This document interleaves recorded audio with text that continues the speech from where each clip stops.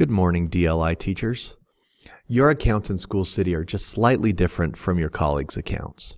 And that's because you co-teach with someone else, so you need access to both your roster and their roster.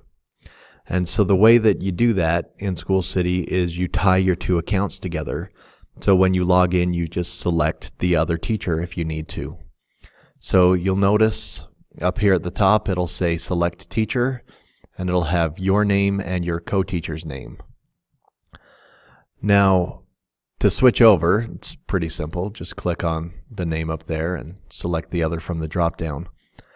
The problem is that it always defaults to the teacher whose name is first in alphabetical order. And we can't change that. We can't change the default. It's kind of annoying, and I apologize for that.